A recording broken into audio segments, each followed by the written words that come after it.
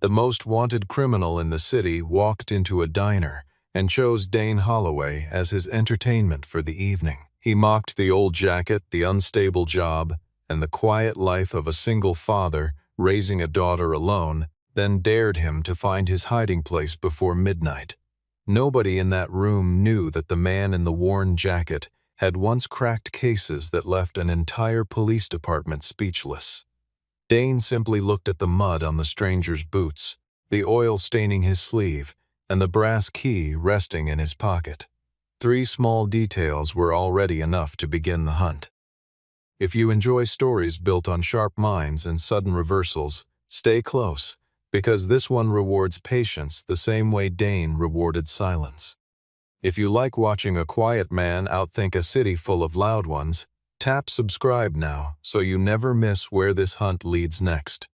Inside the department, the people who worked alongside Dane Holloway called him by a quiet nickname that rarely left the building, the clockmaker, because he had a habit of taking apart cases the way a craftsman takes apart a watch, piece by piece, until every gear made sense and the whole mechanism finally moved forward on its own. He had earned that reputation over almost 2 decades of work that most of the city never heard about, since many of his most important cases had unfolded undercover, far away from press conferences and commendation ceremonies. Few of his colleagues realized that the soft-spoken detective eating breakfast every morning with his daughter had once dismantled smuggling rings twice the size of anything currently moving through Ravenport's harbor. That obscurity suited him fine, since recognition had never been the reason he did this work, and it left him free to observe people exactly as they were, without the performance most criminals reserved for cameras and headlines. Ravenport woke that morning the way it always did, with fog curling off the river and the rattle of an old freight line somewhere past the warehouses, indifferent to the fact that a reckoning was already in motion. Dane Holloway sat across from his 12-year-old daughter Piper in a corner booth of Hank Avery's diner, watching her drown a stack of pancakes in syrup while she talked, without pausing for breath, about a recital she had been rehearsing for weeks. He nodded in the right places, asked the right questions, and reminded her 3 separate times that he intended to be there. In the front row, no excuses.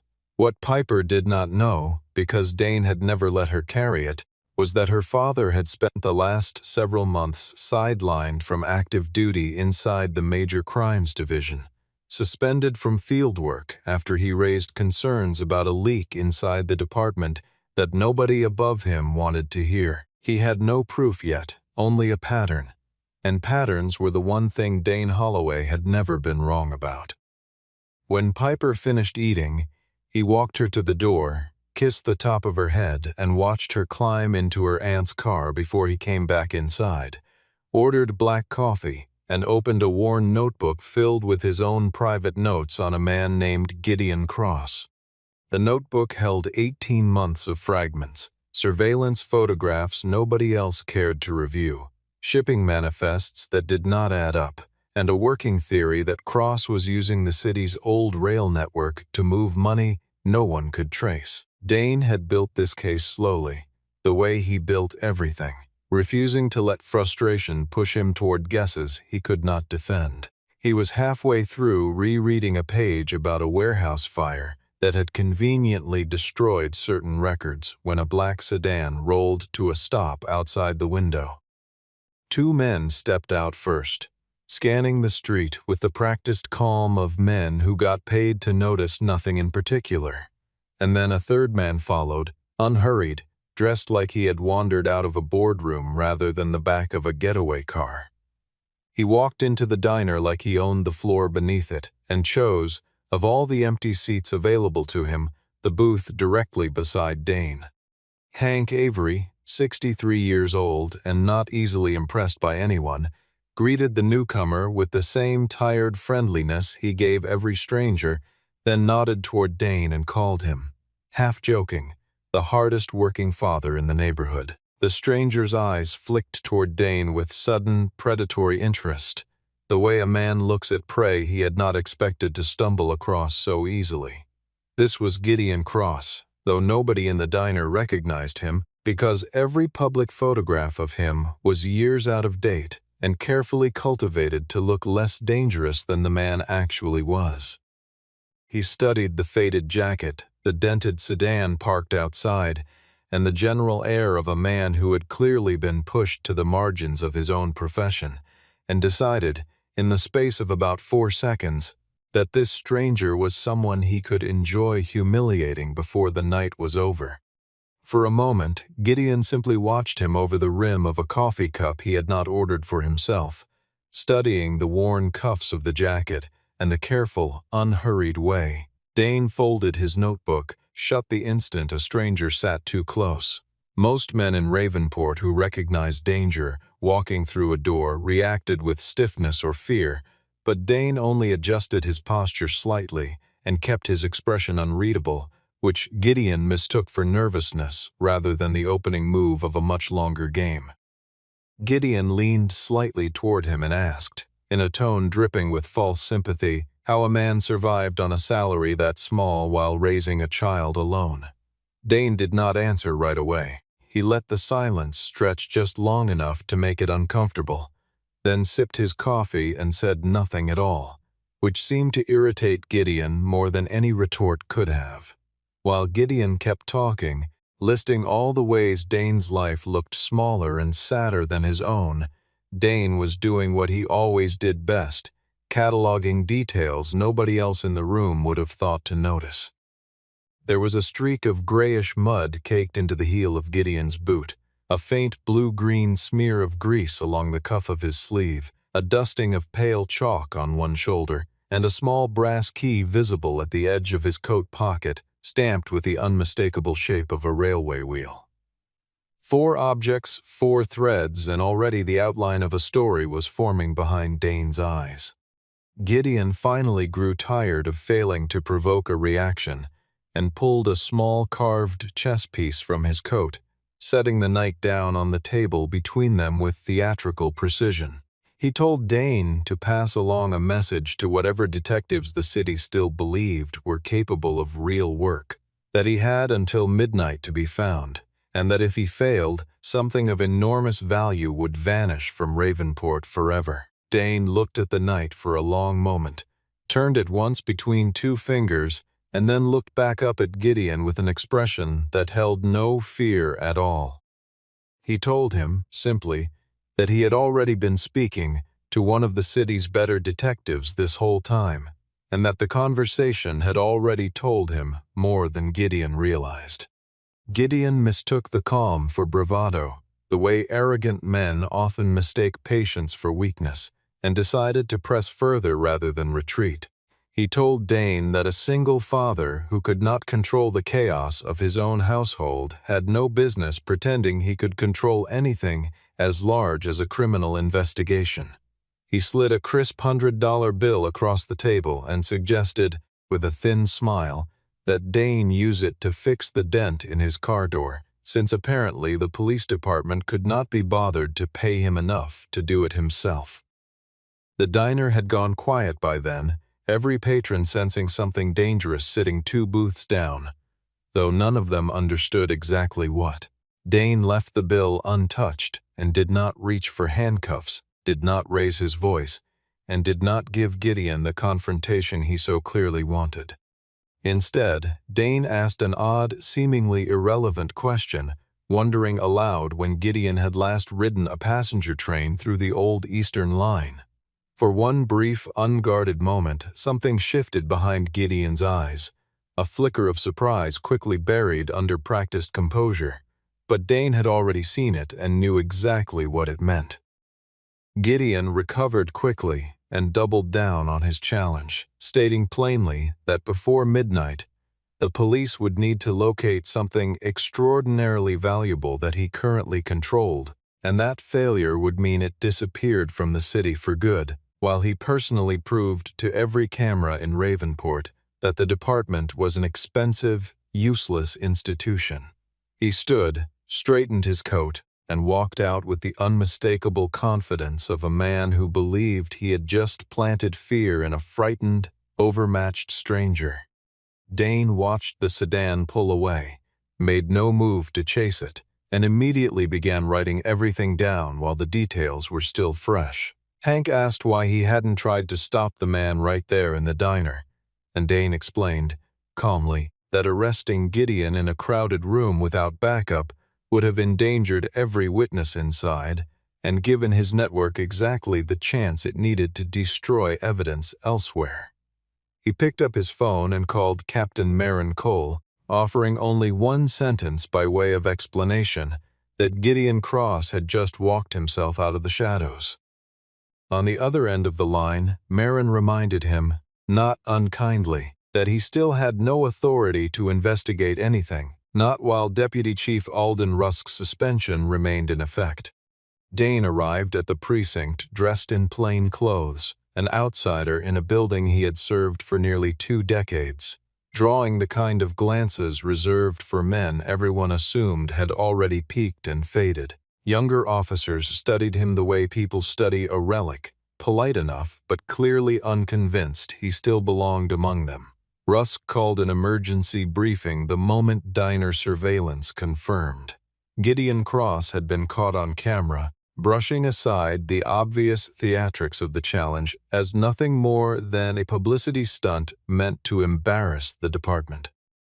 He ordered every available unit to converge on the Riverside warehouses, the most visible and most obvious location in the entire city, the kind of choice that photographed well for reporters, but rarely produced real results. The conference room smelled of stale coffee and dry erase markers, and a wall-mounted screen displayed the diner footage on a loop, freezing every few seconds on Gideon's calm, unbothered face, as if daring the department to catch up with him. Officers who had spent the morning convinced this was nothing more than an elaborate prank now shifted uneasily in their seats, sensing for the first time that the man on the screen was real and dangerously patient. Rusk paced at the front of the room with the practiced authority of someone who had given 100 similar speeches, his voice carrying just enough confidence to mask how little he actually understood about what they were facing. Dane arrived in plain clothes rather than uniform, and chose a seat near the back, content to listen before speaking. The same instinct that had carried him through years of cases nobody else wanted to take seriously. When Dane was given the floor, he laid out his reasoning with the same unhurried precision he had used over coffee that morning. The mud on Gideon's boots, he explained, had not come from the riverbank at all, but from ash-rich soil found only near the northern rail corridor. The grease on his sleeve matched a compound used exclusively in old-style railway switching mechanisms, long since replaced everywhere except a handful of decommissioned junctions. The pale chalk dusting his shoulder was consistent with plaster found in maintenance tunnels rather than open warehouse floors, and the brass key in his pocket belonged unmistakably to a freight station system that had been shut down for decades. Rusk laughed outright, telling the room that Dane was building an entire criminal theory out of dirty shoes, and reminded everyone present that this was the same detective who had recently let his personal life unravel into instability. Dane did not argue the insult, but Marin pushed back hard enough that Rusk reluctantly agreed to send a unit toward the rail district, though he quietly redirected them to the eastern station rather than the locations Dane had actually described. Something about the speed of that decision bothered Dane immediately, a small, sharp wrongness he filed away rather than confronted in front of the room. Tessa Quinn, the department's quiet and meticulous data analyst, slipped him an old rail map later that afternoon without comment, and together they identified 3 sites consistent with every detail Gideon had unknowingly left behind: the Eastern Engine Yard, the Ashford Maintenance Shop, and a sealed freight sorting station called North Junction. The Eastern Yard was the obvious choice, practically begging to be discovered, and Dane suspected immediately that obvious was exactly the trap Gideon had built.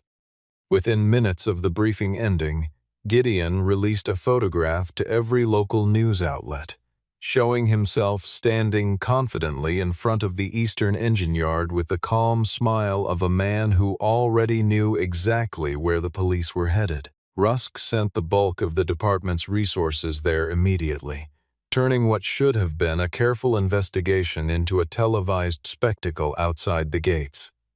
Dane warned that the location felt staged, but his objections were dismissed before the convoy had even left the lot. Inside the abandoned engine yard, officers found nothing but an empty room, a looping video feed, a second carved chess piece, and a countdown clock ticking steadily toward midnight, while reporters outside captured every second of the department's public failure. On the screen, Gideon appeared again, mocking the detective in the old jacket by name now, announcing to the entire city that Ravenport had just lost a precious hour it could never get back. Rusk turned his frustration on Dane immediately, blaming him for steering the search toward the rail district in the first place, conveniently ignoring that he himself had chosen the specific site that turned into a trap. Dane stayed composed and pointed out, evenly, that the decision to focus on the Eastern Yard rather than the other two candidates had been Rusk's alone. While replaying the recorded footage, Dane noticed a faint metallic chime repeating every 47 seconds in the background, a detail Tessa quickly traced to warning systems used on freight lift bridges across the city, though 4 separate bridges in Ravenport still used that exact mechanism. Returning to his memory of the diner encounter, Dane re-examined the placement of the chalk dust on Gideon's shoulder and realized it appeared only on one side of his coat, a pattern far more consistent with brushing against a narrow corridor than standing inside an open warehouse. That meant Gideon had recently passed through a maintenance tunnel rather than a wide industrial space, narrowing the possibilities considerably. Hank Avery, once a railway employee himself, remembered an old maintenance passage connecting North Junction to the freight lift bridge near Harrow, a tunnel that had vanished from modern maps after being sealed off more than 20 years earlier. Piecing it together, Dane concluded that whatever Gideon truly valued was not sitting in any engine yard at all, but actively moving somewhere beneath the city through that forgotten tunnel system. Marin quietly authorized Dane to continue assisting in an unofficial capacity, a decision Rusk learned about almost immediately and answered by demanding Dane surrender his badge altogether. Dane placed it on the desk without protest, an act of calm defiance that unsettled the room far more than any argument could have. He told Marin simply that the badge gave him the right to walk through certain doors, but everything Gideon had left behind told him which door to open first. Not long after he left the building, Tessa discovered that someone had just accessed Dane's confidential personnel file using credentials belonging to Deputy Chief Rusk himself. Tessa explained in hushed urgency that Rusk's account had recently opened several sensitive files in sequence, including the active case notes on Gideon Cross, a list of protected witnesses, an internal map of the department's evidence storage facility, and Dane's own personnel history. Each access seemed to occur shortly before Gideon adjusted his plans, a pattern far too consistent to dismiss as coincidence, though it still wasn't enough on its own to justify an arrest, since Rusk technically had legitimate clearance to view all of it. Dane asked her to keep the discovery quiet for the moment, preferring that whoever was leaking information continue believing they remained undetected. Marin revealed something she had never shared before, that 2 years earlier Dane had correctly predicted Gideon was using a seized evidence vehicle to smuggle cash through the city, only for the targeted warehouse to be emptied hours before the raid could happen. Dane sat with that information for a long moment, feeling the old, familiar ache of a suspicion finally confirmed rather than the satisfaction he might have expected. He had spent 2 years quietly doubting his own judgment, wondering whether the failed raid had simply been bad luck or carelessness on his part, and learning now that someone above him had deliberately sabotaged, it felt less like vindication and more like grief for the time he had lost second-guessing himself. Marin watched his face carefully, recognizing the particular kind of exhaustion that came from being right about something painful for far too long. She told him quietly that the department owed him an apology it would probably never formally offer, and Dane only nodded, unwilling to dwell on something he could not yet afford to feel.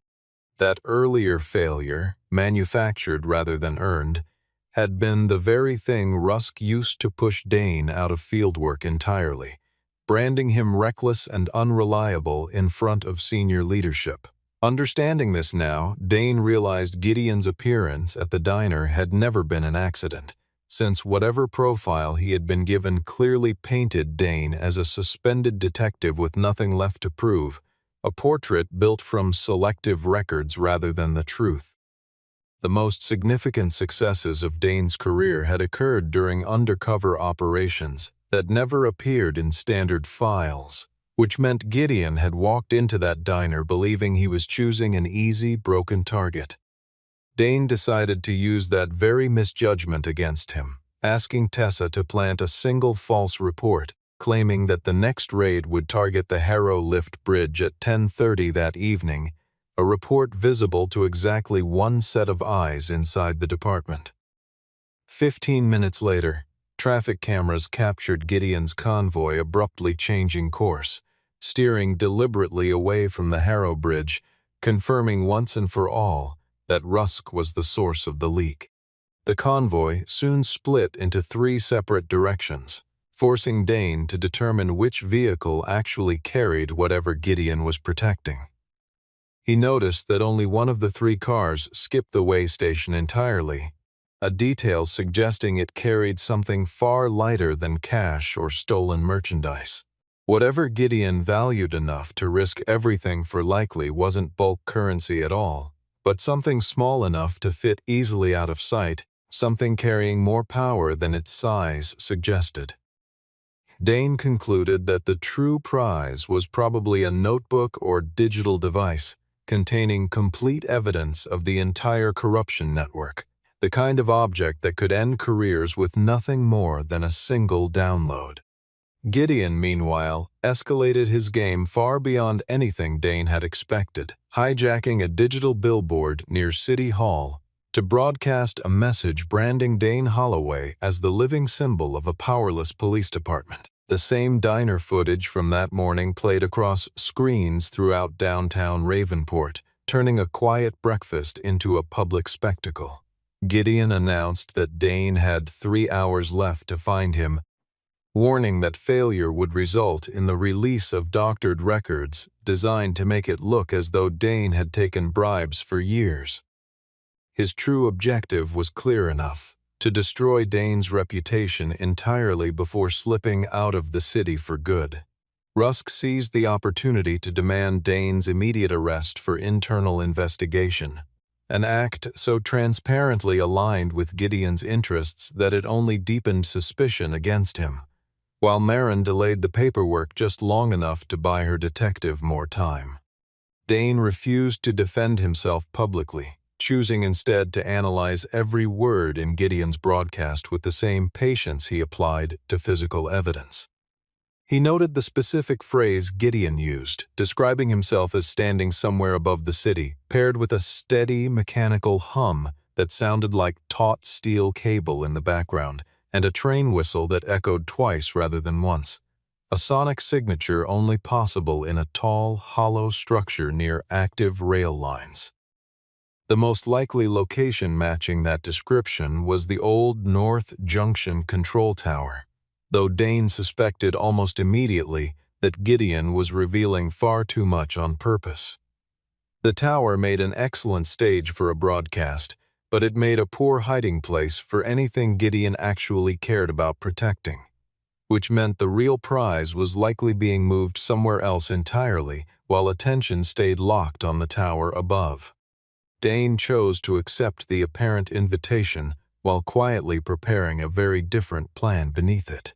He asked Tessa to plant another carefully falsified entry, this one suggesting that Dane remained unaware of any tunnel system beneath North Junction, reinforcing Rusk's false confidence that the detective was still chasing shadows. Hank produced a hand-drawn schematic of the old rail network, revealing a forgotten mail transfer room beneath the control tower, once used to pass sensitive documents discreetly between trains without ever exposing them on an open platform. That chamber connected through a narrow tunnel directly to the western freight dock, meaning Gideon could broadcast confidently from the tower above, while his notebook traveled quietly through the earth below, completely unseen by anyone watching the skyline. Dane told Marin with quiet certainty that Gideon wasn't actually daring them to find where he stood, but daring them to find what was moving beneath his feet the entire time. As Dane stepped toward the cameras one final time before heading toward North Junction, he deliberately allowed himself to appear uncertain, telling reporters that he had not yet pinpointed Gideon's location, a calculated admission meant to relax his opponent's guard. Gideon watched the broadcast from somewhere safe, convinced the pressure had finally cracked the detective everyone had told him to underestimate. Rusk made contact with Gideon directly afterward, confirming that police forces remained concentrated at both the Harrow Bridge and the North Junction Tower, an act Tessa secretly recorded through surveillance authorized under an emergency court order obtained earlier that day.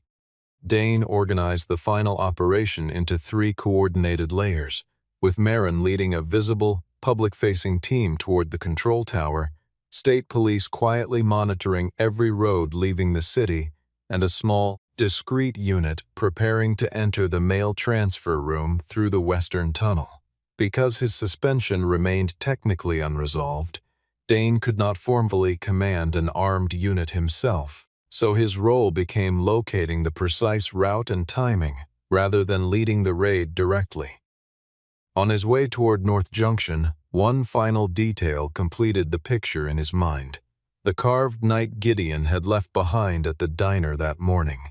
Its base carried faint traces of copper dust and a curved scratch mark consistent with railway switching equipment, suggesting the piece had once rested atop an actual control panel rather than serving as a simple decoration. Dane realized Gideon had used the knight not merely as a taunt, but as a literal signal meant for someone operating within his network, since the knight's movement in chess always shifts direction twice before returning toward its starting point. That pattern matched the convoy's earlier detour perfectly, suggesting the true prize had never traveled far from the diner where this entire confrontation began. It was likely now resting somewhere inside the old storage yard behind the very street where Gideon had first chosen to mock him. Dane understood at last why Gideon selected that particular diner for their first encounter, since beneath its floor lay an old transfer passage connecting directly back to North Junction, a detail almost lost to time. Hank recalled a steel door sealed shut years earlier, and upon inspection, Dane noticed the surrounding brickwork looked noticeably newer than the rest of the wall, confirming a hidden entrance had been recently reopened. The air beneath the diner smelled of rust and standing water, and the narrow passage forced him to walk with one shoulder brushing the cold brick wall, his flashlight beam catching decades of undisturbed dust along the floor except for a single, narrow trail of recent footprints leading deeper into the dark. Every few yards he paused to listen, picking out the faint hum of machinery somewhere ahead, the same steady vibration he remembered from Gideon's broadcast earlier that evening. He thought briefly of Piper, of the recital still waiting for him at the end of all this, and let that thought settle into the same steady calm that had carried him through every dangerous hallway he had ever walked. As Dane stepped into the tunnel beneath the diner, his phone buzzed with a direct message from Gideon himself. reading simply that the single father had finally found the right door. Dane understood immediately that Gideon had anticipated this possibility from the start, though Gideon, in turn, had no idea that Rusk's betrayal had already been confirmed and was now working against him rather than for him. Dane pressed forward while maintaining quiet contact with Marin the entire way, descending into a narrow mail transfer room where Gideon waited alongside a single assistant and a metal case resting on a folding table. There was no dramatic shootout waiting for him, since Gideon believed Dane had come alone and ordered his men to stand well back, preferring to win this final moment through words and a recorded confession of defeat rather than violence. The mail transfer room was smaller than Dane expected, lined with rusted shelving that once held parcels destined for trains long since scrapped, lit only by a single hanging bulb that swayed faintly with the vibration of machinery somewhere overhead. Gideon stood near the metal case, with the relaxed posture of a man performing for an audience he believed was already defeated, while his assistant lingered nervously near the far wall, clearly uncomfortable with how quiet everything had become. Gideon resumed his mockery almost immediately, reminding Dane that he no longer carried a badge, that the department had turned its back on him completely, and that a single father had no business risking everything when a daughter back home depended entirely on his survival. Dane conceded at one point honestly, admitting he had no intention of acting recklessly tonight. Gideon opened the metal case to reveal a small storage device containing a complete list of bribed officials, detailed records of laundered funds, and the falsified files meant to destroy Dane's career, then offered him a simple trade: take the money, leave the city, and protect the quiet life he clearly valued so much. Dane refused without hesitation, and when Gideon asked why a man so thoroughly dismissed by his own department would still choose to protect it, Dane answered that he wasn't protecting a building or the people running it, but the ordinary citizens who would suffer the moment that truth was sold to the highest bidder. Gideon signaled for his assistant to seal the tunnel doors behind them, but nothing happened, since Tessa had already disabled the rail control system from a remote terminal earlier that night. When Gideon demanded his assistant call Rusk for help, the line was instead routed straight into a state police surveillance room, where officers confirmed Rusk had already been detained, attempting to flee the precinct with a bag full of incriminating files. Gideon tried to maintain his composure, insisting there was no proof connecting him personally to the case in his hands, until Dane gestured toward the small camera embedded discreetly inside the carved knight Gideon had given him that very morning. Tessa had discovered the chess piece was quietly transmitting location data back to the storage device the entire time, meaning the very tool Gideon used to track his target had instead confirmed his own location and proven his direct ownership of the evidence inside that case.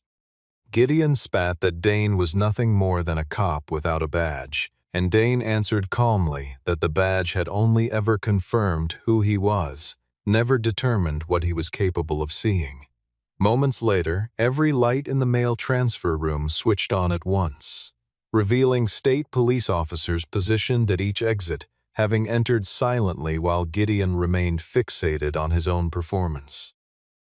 Realizing every possible escape route had already been quietly closed off without a single shot fired, Gideon attempted one last desperate move, trying to wipe the device clean before it could be examined, only to learn Tessa had already copied its contents through the very chess piece he had handed Dane himself hours earlier. He threatened to release the falsified files anyway, but Dane informed him calmly that forensic analysts had already confirmed the documents were manipulated, stripping away his final piece of leverage entirely.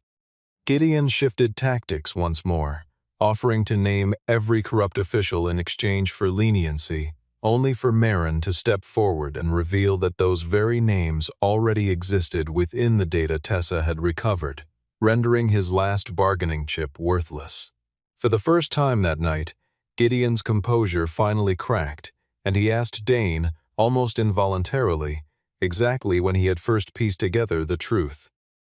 Dane walked him through it patiently, the ash-colored mud that identified North Junction, the distinct blue-green grease tied to old switching equipment, the chalk dust revealing a narrow tunnel rather than an open warehouse, the brass key confirming an abandoned freight system, the night's movement pattern exposing the convoy's true route, and Rusk's suspiciously immediate reaction confirming the leak long before anyone else suspected it. Gideon finally understood that the very moment he had chosen to mock a tired, overlooked detective in a diner was the exact moment he had unknowingly handed that detective the entire case. Dane did not place the handcuffs on Gideon himself, choosing instead to let Marin make the formal arrest since his own suspension technically remained unresolved at that point. Gideon was led back through the very diner where the confrontation had begun that morning, past tables and chairs that had witnessed his first attempt at humiliation, and Hank stood quietly behind the counter, offering no satisfaction or mockery in return. That silence carried more weight than any celebration could have, making Gideon's defeat feel heavier with every step toward the door. Before he was finally escorted away, Gideon asked Dane why he wasn't bothering to gloat over such a clear victory, and Dane answered simply that the best people in this line of work never needed to turn their job into a performance for anyone watching. Later that evening, Marin received confirmation that every charge against Dane had been formally dismissed, though even then he wasn't entirely certain he wanted to return to the department in the same capacity as before. The hearing room was packed that week, filled with reporters, city officials, and officers who had spent years walking past Dane's desk without ever truly seeing him. And for the first time, every one of them sat quietly while he spoke. He kept his statement brief, refusing the temptation to recount every insult or dismissal he had endured, since dwelling on those moments would have served his own pride far more than it would have served the city. What mattered now, he told the room, was making sure the next detective who noticed something wrong would not have to fight an entire department just to be heard. In the days that followed, Gideon's arrest triggered a sweeping internal investigation that reached far beyond a single corrupt official. The recovered files confirmed that Rusk had been selling advance details of planned raids for years, that evidence had been quietly siphoned out of department storage, that funds meant for the city's reconstruction project had been systematically drained, and that several small business owners had been wrongly blamed for losses caused entirely by his network. Rusk was stripped of his position and formally charged, while officers who had once laughed openly at Dane's theories were forced to sit through replayed footage of him correctly predicting North Junction long before anyone else took it seriously. During the formal hearing that followed, city leadership publicly credited Dane as the sharpest detective Ravenport currently had on its payroll, though he refused to use the moment to embarrass anyone who had doubted him along the way. Instead, Dane requested 3 specific reforms before agreeing to anything further, insisting that access to sensitive case files require independent oversight going forward, that officers who raised external warnings receive real protection rather than quiet punishment, and that Tessa's analytical team gain the authority to report directly outside the normal chain of command whenever signs of corruption appeared. City leadership offered him the position of acting deputy chief, a clear path toward influence and prestige, but Dane turned it down without much hesitation, explaining plainly that he had no interest in spending his career trapped behind a desk far from real cases. He agreed instead to return as head of the Major Crimes Unit, requesting only a schedule stable enough to remain present for his daughter, a request Marin approved immediately, assuring him that being a devoted father had never once made him a weaker detective. If anything, that responsibility had taught him precisely why every decision had to bring himself and his team home safely, every single time.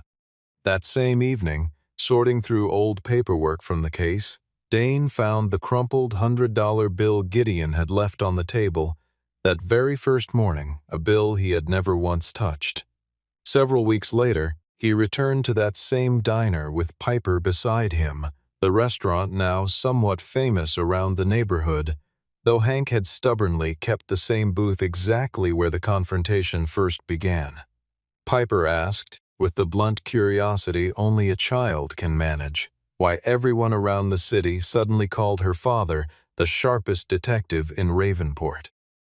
Dane smiled and told her people were simply exaggerating about a man who had only ever learned to pay close attention to small things. He slid the old $100 bill across the counter toward Hank, who immediately refused it, insisting he wanted nothing to do with money tied to a man like Gideon Cross.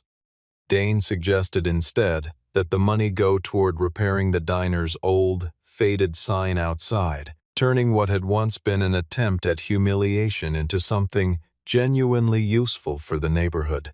Piper reminded her father, with the particular seriousness reserved for important childhood events, that he had promised to attend her recital, and Dane assured her he had already cleared the entire evening, having requested the day off long before this conversation even began.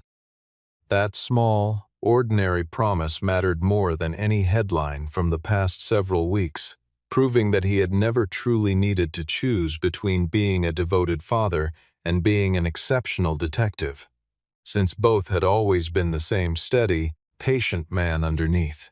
As they settled into their booth, Marin walked in unexpectedly and placed a new case file gently on the table in front of him, an unrelated investigation containing 3 small details the rest of the team had apparently overlooked entirely. Dane glanced briefly at the photographs inside, immediately noticing something everyone else had clearly missed, then quietly closed the folder and set it aside. Piper laughed at something on her phone, oblivious to the quiet weight settling over her father across the table, and Dane found himself grateful, not for the first time, that she would never have to carry the parts of his job that kept him awake some nights. He thought about the chess piece still sitting in an evidence locker downtown, a small carved object that had once been used to track him, and instead became the very thing that exposed everything Gideon had tried to hide. There was a kind of quiet justice in that, the same justice that ran through nearly everything Dane had ever solved, where the tools built to intimidate ordinary people so often became the instruments of their own undoing. He told Marin, without any urgency in his voice, that the case would still be waiting for him tomorrow morning. Outside the window, Ravenport continued its restless, indifferent motion, traffic moving, lights flickering on along the waterfront, the city utterly unaware of how close it had come to losing something it never even knew was at risk. Inside that quiet booth, Dane sat across from his daughter, unbothered by the weight of the day behind him, fully present in the simple, unremarkable comfort of an ordinary dinner together. Gideon Cross had once assumed that a tired jacket and a modest car were proof of a broken, easily dismissed man, never imagining the patience hidden behind that calm exterior. He had mistaken silence for surrender, mistaken stillness for weakness, and in doing so handed every clue he carried straight into the hands of the one detective in Ravenport, sharp enough to notice them all. What Gideon never understood, until it was far too late to matter, was that the most dangerous people in any room are rarely the ones demanding everyone's attention. They are the quiet ones sitting patiently in the corner, watching everything, remembering everything, waiting for the precise moment when every overlooked detail finally clicks into place. Dane Holloway had spent his entire career being underestimated by people who mistook humility for weakness. And that single, persistent mistake had cost Gideon Cross everything he believed he controlled. In the end, The city's most wanted criminal had not been outsmarted by force, wealth, or power, but by an ordinary man in an old jacket who simply refused to stop paying attention.